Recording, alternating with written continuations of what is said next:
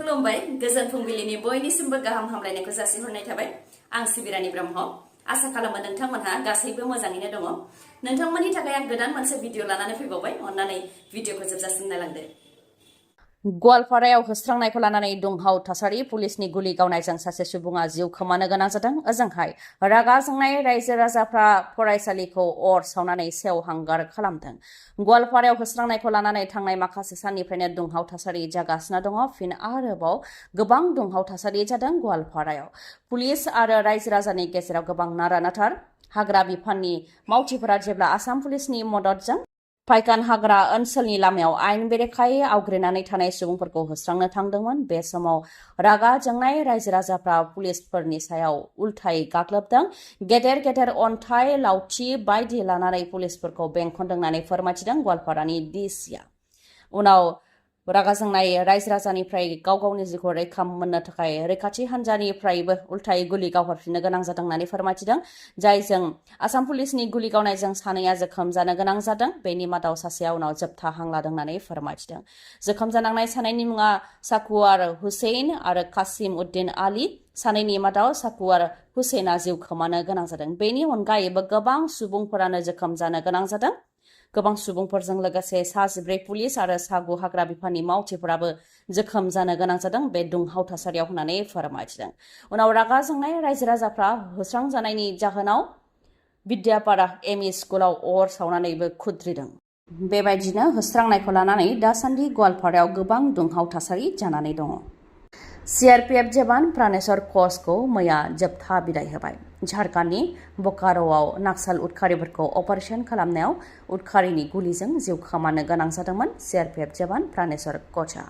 मैया जोनोम जायगा कक्राझारनि मागुरमारि राभापारायाव जोबथा बिदाय होबाय सीआरपीएफ जवान प्राणेश्वर कचखौ जोबथा बिदाय होनायाव सीआरपीएफनि गोजौ थाखोनि बिबानगिरिफोर नुजाथिफैदों लोगोसे सीआरपीएफनि बायदि मान होनायनि गेजेरजों जोबथा बिदायखौ होदों ओजोंहाय सोरखारनि फारसेनिफ्राय एमएलए लरेन्स इस्लारि आरो गोबां दैदेनगिरिफ्राबो नुजाथिफैदों मैयानि सानाव नाक्सालाइट उदखारिनि गुलि गावनायजों जिउ खोमानांनाय प्राणेश्वर कचनि नखरनो 50 लाख रां होनो फोसावदों आसाम सोरखारनिफ्राय आरो बिटिआर सोरखारनिफ्राय मुंख्लं प्राणेश्वर कचनि मुसुखा बानायनानै होनायजों लोगोसे सारादुआव 1 लाख रां होनो थाखाय फोसावदों हादरनि थाखाय गावनि जिउ बावनायखौ लानानै गोग्गादों प्राणेश्वर कचनि अनजालि बिसिया आरो बिथाङा जाहाथे सोरगोआव आलो गोजोन थानो मोनो बेनि थाखायबो इसोरनिसिम आरज खालामदों ओजोंहाय मुंख्लं प्राणेश्वर कचनि 5 बोसोरनि फिसाज्लायाबो गावनि बिफाखौ अरायनि थाखाय जोबथा बिदाय होदों प्राणेश्वर कचआ सासे साहसि जवानमोन होननानै फोरमायथिदों सीआरपीएफ जवाननिफ्राय बीजेपीआ दफाफोरखौ मावफुंनो थाखायसो खामानि मावनांगौमोन नाथाय गोरोबथानि मुङाव खालि गोरोबथाल' खालामनानै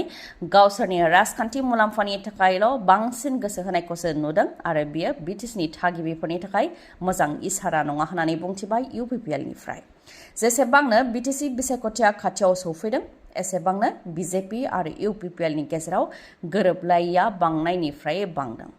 बर' अबर' राजखान्थि खालामनो नागिरनायनि अजद डक्टर हेमन्त बिश्व शर्मा बा बीजेपीनि सायाव बेनि अनगायैबो सोमावसारग्राफोरखौ मदद होनो नागारै बिटिसि दखल खालामनो नाजानायनिसो अजद हेमन्त बिश्व शर्मा बा बीजेपीनि सायाव नंगौ बिटिसि बिसायख'थिखौ लानानै फिन बिटिआरआव राजखान्थिनि गुदुं बार बे खेबाव बीजेपी UPPL लोगो नङा सुथुर फारसे आगान होनाया बांदों उदालगुरि जिल्ला UPPLनि आफादगिरि रबीन्द्र बसुमतारिया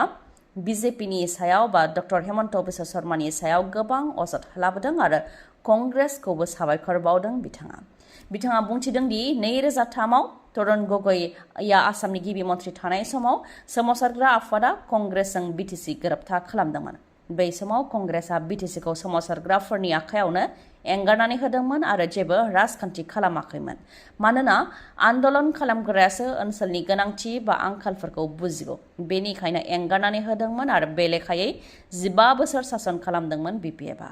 बेनि थाखाय कंग्रेसखौ साबायखर बावो होननानै बुंथियो UPPLनिफ्राय नाथाय थांनाय 2020 मायथाइयाव बीजेपीजों बिटिआर गोरोबथा खालामनायनि उनाव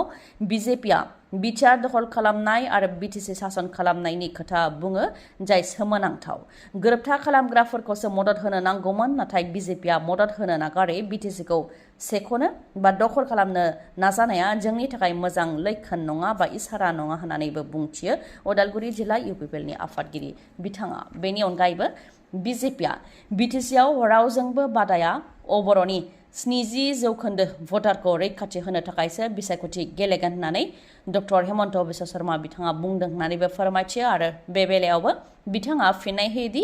बिसायख'थि गेलेयोब्ला सोरबा नङा सोरजोंबा जुजिनो नांखागोन। बेनि अनगायैबो बिचाराव बर' अबर'खौ लानानै गोबां गोजोन गैयै थासारि जाबोबाय, नाथाय प्रमद बर'नि दैदेननायाव बिचार गोरोबथा जानायनि उनाव बर' अबर'नि थासारिया जोब्बाय, नाथाय सीएम बिथाङा आसामनि गिबि मन्थ्रि जानानै बिटिआरआवल' अबर'नि सिन्था खालामनायजों साननो गोनां जायोदि अबर' सोमजिहोग्राया थारैनो आसामनि गिबि मन्थ्रि डक्टर हेमन्त बिश्व शर्मा बा बिजेपिआनो नामा होननानै बुंथियो बिथाङा। जुदि बर' अबर'नि राजखान्थि खालामनानै आरोबाव बिटिसिआव गोजोन गैयै थासारि जाहोबावोब्ला बेनि दाया बिजेपि बा डक्टर हेमन्त बिश्व शर्मानि जागोन होननानैबो रोखायै बुंथियो उदालगुरि जिल्ला UPPLनि आफादगिरिया। आसाम जुडिसियेल सार्भिस साख्रिनि फोसावथायखौ सावदों दुलाराय बर' फरायसा आफादा। बर' रावा थिसनजायैखौ लानानै दुलाराय बर' फरायसा आफादनि खुद्रिनाय। आसामनि दाब दाब जायगायाव दुलाराय बर' फरायसा आफादा खुद्रिदों। आसाम जुडिसियेल सार्भिसआव साख्रिनि थाखाय फोसावथाय होनायाव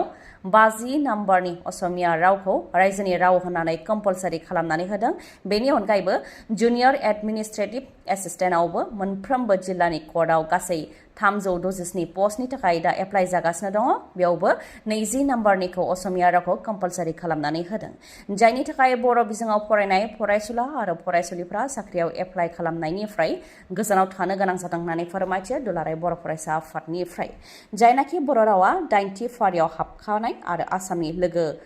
मावख'आरि राव महरै गनायथि मोनखानाय, बेनिखायनो असमिया रावजों लोगोसे बर' रावखौबो अपसनेल हिसाबै होनांगौनि दाबि खालामदों आरो बेनि थाखाय क'क्राझार डिसिनि गेजेरजों गुवाहाटी हाइकर्टनिसिम गोसोखां बिलाइबो गथायदोंमोन, नाथाय जेबो फिननाय मोननो हायाखै होननानै फोरमायथियो दिपेन बर'आ। आरो फैबाय थानाय 1 सप्तानि गेजेराव जेबो फिननाय मोनाब्ला दुलाराय बर' फरायसा आफादा सुबुं खुंथायजों आन्दलन खालामगोन होननानैबो फोरमायथियो आरो बिजिरनाय होग्रा फसंथाननिफ्राय बिजिरनाय मोनैखौ लानानै दुखु मोनदों होननानैबो फोरमायथियो दिपेन बर'आ।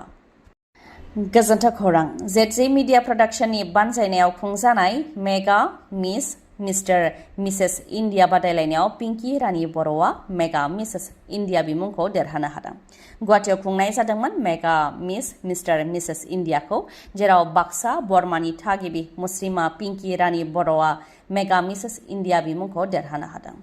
जों बर'फोरादि गासैबो बिथिङाव आवगालांगासिनो दङ बेखौ फोरमान होदों मुस्लिमा पिंकी रानी बर'आ आरो बिथाङा दि सासे गोख्रों आइजो बेखौबो फोरमान खालामनो हादों, जायनि थाखाय बिथाङा ZJ मिडिया प्रडाक्शननि बानजायनायाव खुंजानाय मेगा मिसेस इन्डिया बिमुंखौ देरहानो हादों।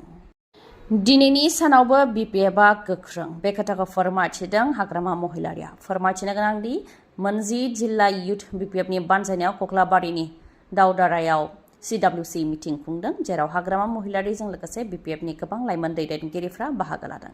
UPPLनि सायाव जाख्ल'नायनि अजद होदों BPFनिफ्राय आरो बेनि फोरमान दङ होननानैबो फोरमायथियो। 500 रांनि बिजाबखौ 15,000 राङाव बायदों, टेन्डार गैयालासे आबाद बिफानाव साप्लाय होदों होननानैबो UPPLनि सायाव जाख्ल'नायनि अजद होयो BPFनिफ्राय। आरो दिनैनि सानाव UPPL BJP नेवलाय जिबौ बायदि गावजों गाव जाख्ल'नायनि खोथा बुंलायगासिनो दङ होननानैबो फोरमायथियो BPFनिफ्राय। बेनि अनगायैबो जायनाखि खाम्फा बरगयारिया BPFनिफ्राय UPPLआव थांनानै BPFनि समाव 10 किल'मिटार लामा बानायनांगौब्ला 8 किल'मिटारल' लामा बानायनानै 2 किल'मिटार लामा बानायनायनि रांखौ जादोंमोन होननानै बुंहैदों। बेनि सायावबो BPFनिफ्राय फिननाय होयोदि जुदि 10 किल'मिटार लामा बानायनांगौखौ 8 किल'मिटार लामा बानायदोंब्ला आरो रांखौ जाख्ल'दोंबा बेखौ खाम्फा बरगयारि, चन्दन ब्रह्म बिथांमोनहानो जाख्ल'दों होननानै अजद होयो BPF दोलोनिफ्राय।